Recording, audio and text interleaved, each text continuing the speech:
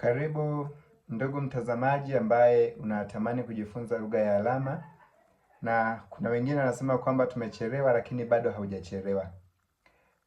Lugha ya alama ni lugha kama lugha nyingine, lakini lugha hii huwa inatumia mikono. Mikono ndiyo inatumika katika kuzungumza. Hivyo ninawakaribisha katika utangulizi wa lugha hii. Karibu tuweze kujifunza lugha ya alama. Lugha ya alama ina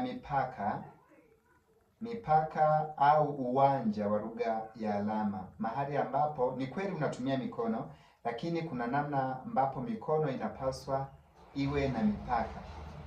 Ukitaka kutengeneza uwanja au eneo la kufanyia lugha ya alama, unatengeneza hivi, ambapo hapa unatengeneza mraba.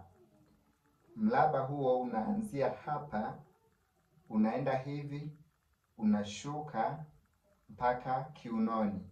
Kwa hiyo unavyotengeneza hapa, huo ndio uwanja ambao unapaswa usivuke hapo.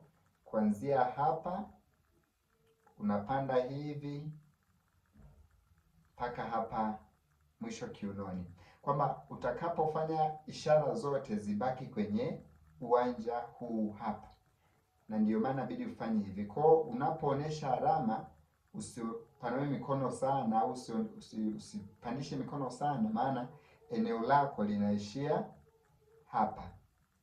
Kwa hiyo hiyo ni mipaka ya uwanja au eneo ambalo unapaswa kuonyesha ishara unapoonesha lugha ya alama. Sasa siku ya leo tunaenda kujifunza salamu katika lugha za alama. Salamu, kuna salamu maarufu kama habari ya asubuhi, habari ya mchana, habari ya jioni, habari ya usiku. Kama inavyofahamika, mara zote mkono wa kulia ndiyo unawakilisha mashariki.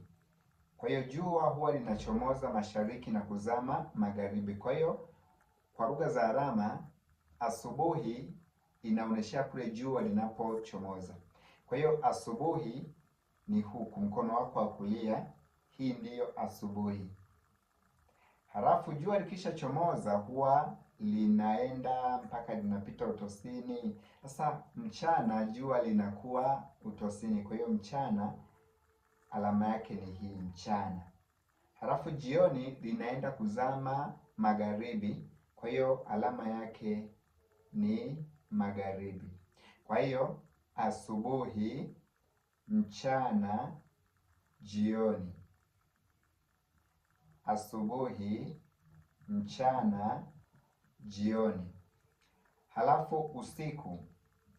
Usiku mtu hawezi akaona mbali, kwa hiyo kuna kama kitu kimekaa mbele yake, lile giza lile linazuia macho yake asiweze kuona mbali. Kwa hiyo usiku mikono inapishania mbele ya macho yako, usiku.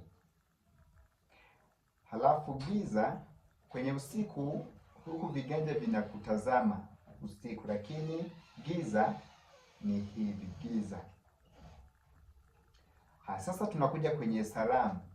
Tunaanza habari ya asubuhi, habari ya asubuhi, habari ya mchana, habari ya jioni.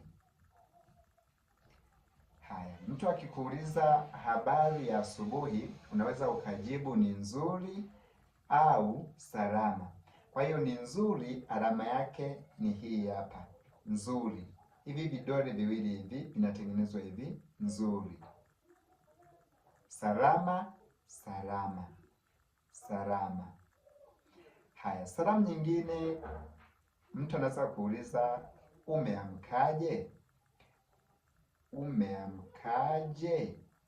Umeamka, unaona hiki kidole gumba kinaegeshewa hapa, afu mtengeneza hii.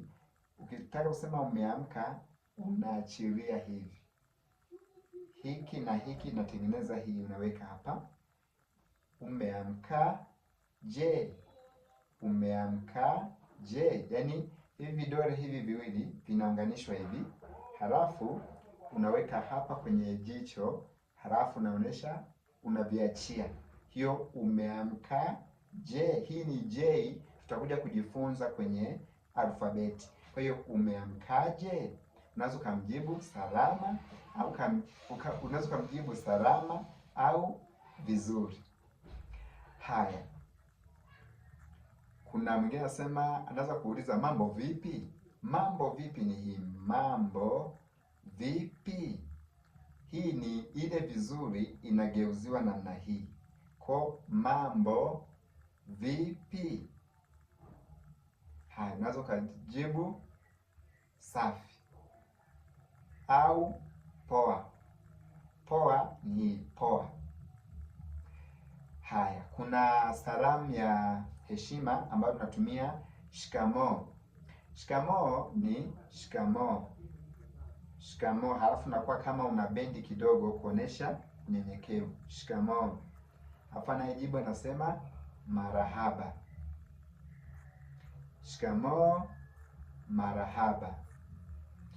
Haya, kuna salamu nyingine ambayo ni hii, mzima au haujambo.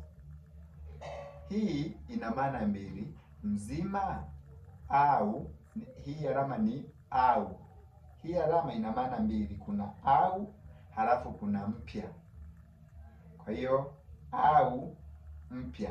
Haya, kwa hiyo kuna mzima au hujambo, na wewe unajibu hivyo hivyo, mzima au sijambo.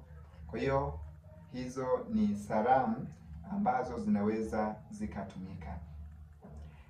Haya, kuna mwingine anaanza kusema habari ya siku nyingi. Habari ya siku nyingi. Siku inaanza asubuhi, mchana, jioni. Kama tulivyosema, hapa ni asubuhi, hapa ni mchana, hapa ni jioni. Kwa hiyo siku inabidi ianzie asubuhi iende mpaka jioni. Kwa hiyo habari ya siku nyingi, unaweza ukajibu ni nzuri au ukasema ni salama. Kwa hiyo hizo ni salamu ambazo huwa zinatumika. Kwa hiyo karibu tunavyozidi kuendelea. Jambo lingine ambalo ni la muhimu sana, unapoonesha alama ni lazima uwe unatamka, kwa sababu kuna alama zinakuwa na maana zaidi ya moja. Kwa mfano hii ni nzuri, hii ni safi, hii ni bora, hii ni takatifu, hii ni kustahili. Kwa hii ina maana nyingi, na ndio maana unapoionyesha, kama unasema ni nzuri, useme nzuri. Kwa kuna alama ambayo inakuta ina maana zaidi ya moja.